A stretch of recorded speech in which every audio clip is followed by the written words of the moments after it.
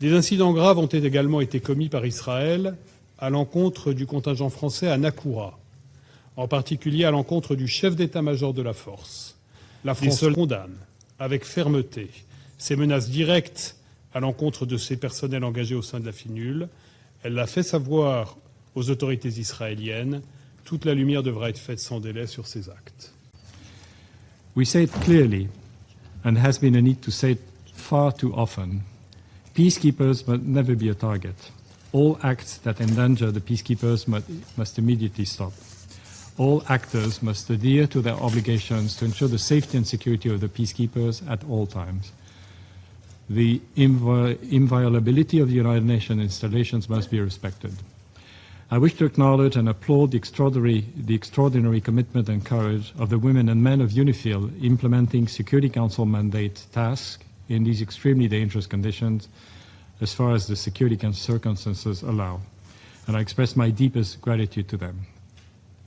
Mr. President, since Hezbollah on the 2nd of March claimed an attack on Israel, the group has conducted daily strikes, including with rockets, missiles, and drones at targets in Israel and the occupied Syrian Golan. UNIFIL continues to report hundreds of launches from the mission's area of operations, which demonstrates the presence of unauthorized armed personnel, assets, and weapons south of the Litani River, in clear violation of Resolution 1701. As reported earlier, the Israel Defense Forces have issued displacement orders for the entire UNIFIL area of operations and can continue to conduct intensified daily strikes, also in violation of Resolution 1701.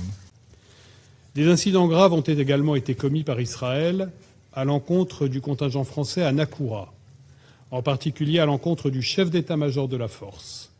Des soldats israéliens ont fait preuve d'une attitude agressive, d'intimidation et d'atteinte à la sécurité des personnels du contingent français, alors même que les procédures de déconfliction avaient été dûment respectées.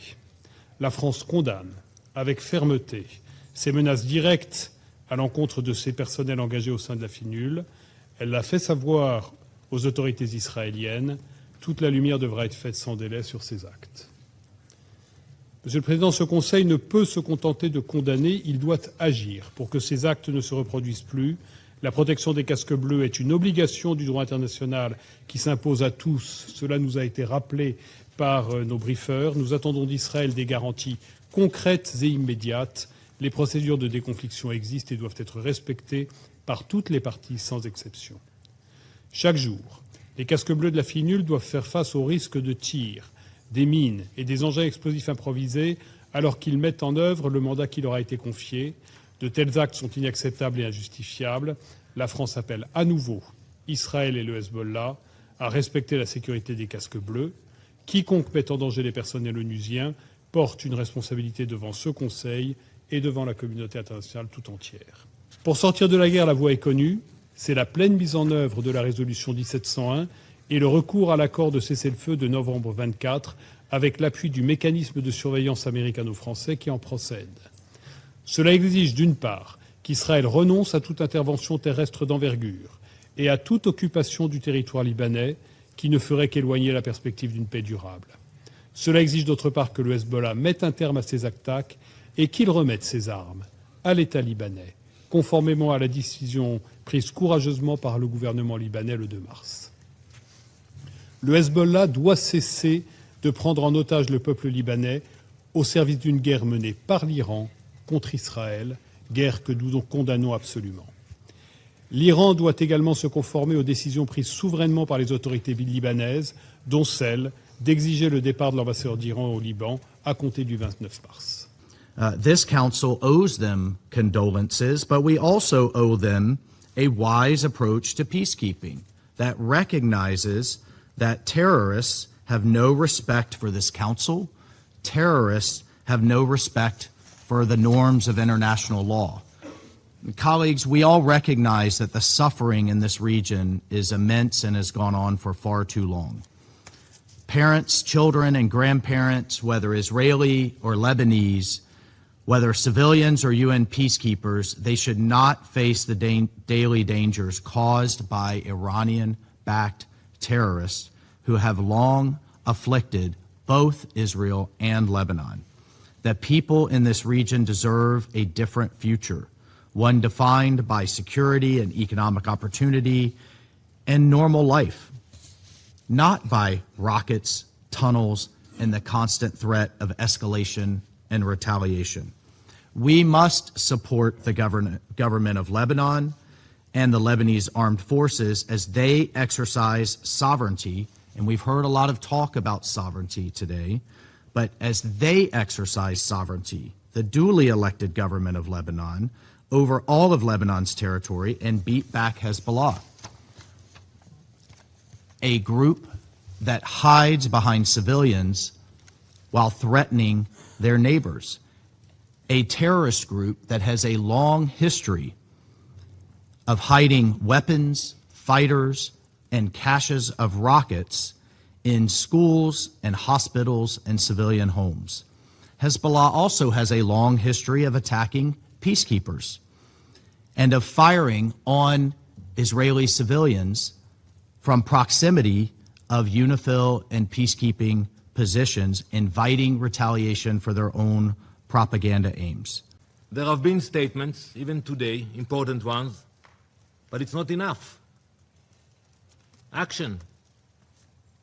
Lebanon committed to disarm Hezbollah south of the Litani River. It committed to deploy its own forces in that area. It has done neither. And I listened carefully also to my colleague from France. You mentioned Iran. But you know, when it comes to Israel, you condemn, you demand action. But when Iran openly defies Lebanon's sovereign decision to expel the Iranian ambassador, all their responses are very measured, very diplomatic, very polite. When it comes to Israel, you don't, think about the diplomacy. So I ask, how come you took a decision to expel the ambassador last week? To expel the Iranian ambassador. The deadline has passed. As we speak, he is still in Beirut.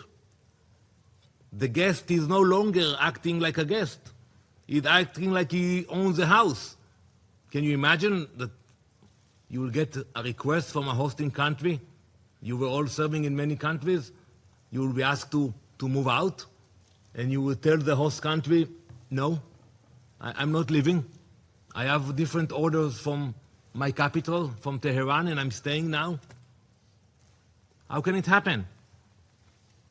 At the same time, Hezbollah ministers remain part of the government, and attacks continue to be launched from areas the Lebanese army says it controls, including south of the Litani River. The gap between words and reality is a problem. Lebanon has not taken sufficient action to address Hezbollah's military presence. Lebanon needs to take real action. Until that happens, no one is safe. No one. Not in northern Israel, not in Lebanon, not in UNIFIL bases. We are paying a heavy price. Last night, 4 Israeli soldiers fell in southern Lebanon. We remember them, we honor them. Israel will not accept attacks against its citizens, and we will take the necessary measures to defend them in accordance with the international law. Let me be clear. We have no desire, and I'm telling to my colleague from Lebanon, we have no desire to remain or operate in Lebanon. Our goal is to protect our communities and to push the threat away from our border. Merci Madame la Présidente. Je serai extrêmement rapide à la suite des propos de notre collègue israélien. Je ne me livrerai pas à une comparaison des déclarations de la France concernant Israël et l'Iran, tout simplement parce qu'il ne me viendrait pas à l'esprit de comparer la nature des relations entre la France et Israël d'une part, la France et l'Iran d'autre part. Notre seul propos, c'est la volonté de désescalade, la volonté que soit respectée l'intégrité territoriale et la souveraineté du Liban par tous, et nous rappelons toujours la responsabilité écrasante de l'Iran et du Hezbollah dans le déclenchement de toutes ces opérations.